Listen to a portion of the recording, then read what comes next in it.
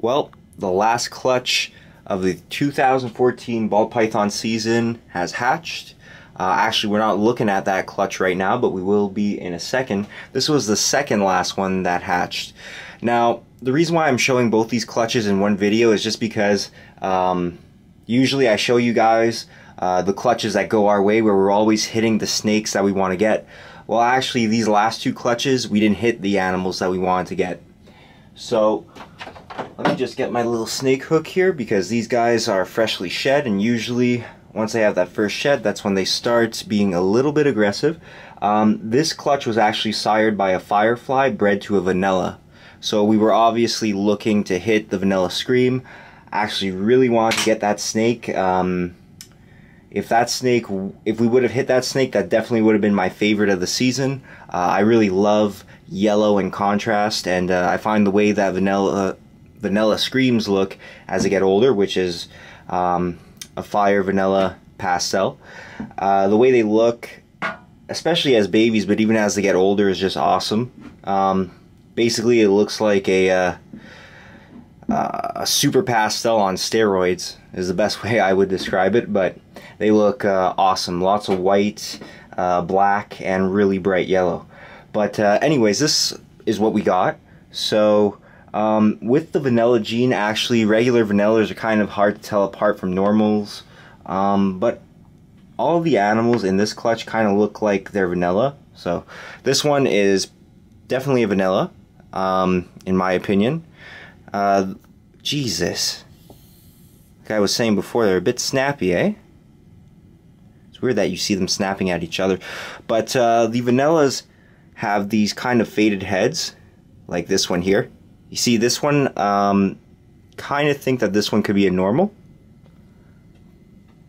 But even that one, you know, they have a little bit more blushing than normals, but especially the faded heads, that's what really gives the vanilla gene away. Especially if you guys haven't seen a super vanilla, they have a super faded head. So this one here, definitely a vanilla. This one here could be a vanilla. And we got some pastel stuff here. Jesus. Yeah, I think this one's a vanilla just because it has a couple nice flames going up the sides. Now, pastel vanillas, we used to have two females, so kind of have an idea of what they look like. I don't think this one's a pastel vanilla. The head is kind of faded a little bit more than on a regular pastel, but this is, to me, just a regular pastel. Now, these two over here, I believe, are actually the pastel vanillas.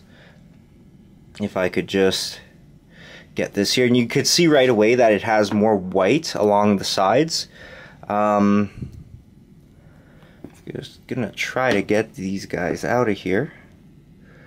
But yeah, this one I'm pretty certain is a pastel vanilla. Even though the head isn't faded that much, the body is a lot lighter than, let's say, this one over here. This, what I believe is a regular pastel. Again, kind of hard to tell with these guys. Especially at this size. Let's have a little. This one actually, I believe, is almost certainly a vanilla pastel. Very light, even along the back and the faded head. So that's that clutch. So we're looking at 3 pastel animals, 2 regular looking animals, and honestly, they could potentially all be vanillas, and they're pretty mean. But one thing I actually do like a lot about vanillas is any animal that we've ever had that had vanilla in it fed really, really well. And they actually grow really quickly. As weird as it might be to hear me say that, I find that certain genes in ball pythons, they tend to get bigger than others, which kind of makes sense, right? Because they're all mutations of the Python regius species. An example of that would be anything with het red axanthic in it, I find, tends to get really big. So this is the last clutch of the season. Also, video coming up soon on this stuff, guys. Everybody asks about it every single video. It's called Diamond Dry, and we'll have a video of that up pretty soon, hopefully in the next couple of days. I just want to make sure I do a little bit more research on it. Oddly enough, even though we've been using this stuff for 3 years, and it's awesome, don't know too much about it. So here's the last clutch of the season. Now these guys, I could just basically go in there and move them around. Like I said, they don't really tend to be very aggressive until that first shed. And these guys actually all hatched out yesterday. This clutch was sired by our Super Stripe, which, let's see if I can give you guys a little look at him. Well, looks like he's actually going through a shed right now. Or going to be going through a shed. He has those milky eyes right now. Bred to a pastel yellow belly.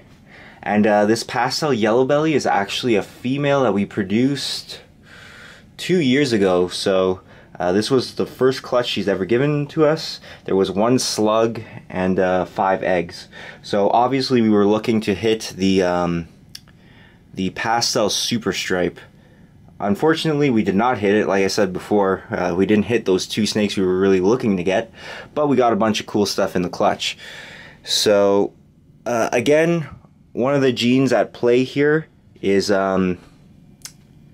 Spectre, and Spectres are kind of hard to tell from yellow bellies, but the thing about breeding a Super Stripe is that a Super Stripe is an act-like super animal. So basically all these babies have to either be yellow belly or Spectres.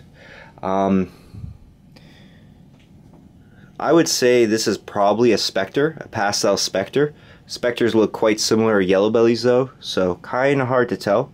But while this animal does have a couple flames going up the sides, it doesn't exactly look like a yellow belly to me.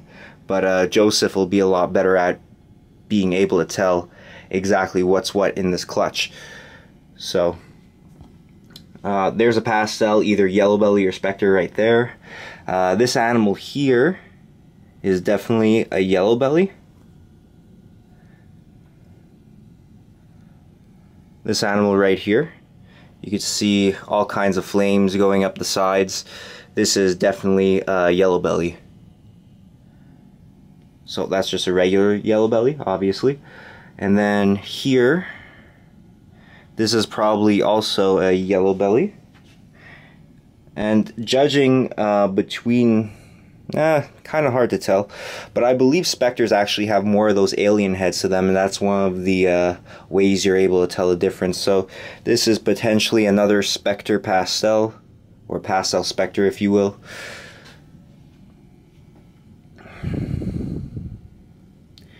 And then this animal actually, probably a Spectre too. This animal actually looks freaking insane. Hopefully it's a female. This looks like it could be another pastel Spectre. And wow. Or maybe the other two could be just simply pastel yellow bellies, and this animal right here is the pastel Spectre, because this one kind of blows the other two out of the water. The blushing on the back is just intense. And now, finally, the Super Stripe. So 3 animals in this clutch got the pastel gene. 2 did not. Unfortunately, one of the ones that did not is the Super Stripe. Still a very nice looking animal, especially when they're young. I mean, you guys saw the male before. While he is in shed, they do darken up considerably as adults. But still a really nice looking snake as a hatchling, and even as an adult. Really cool, interesting side patterns. Hopefully this animal is a female. Basically hoping everything in this clutch is female. Just because the only time I guess you're really wishing for a male is if you don't already have a male. Like we have males that are carrying both the yellow belly gene, and I mean, we have a Super Stripe, right? So because we have the Super Stripe already, unless we were to get the pastel Super Stripe, we wanted all this stuff to be girls. Yeah, definitely interesting markings on the side of these guys.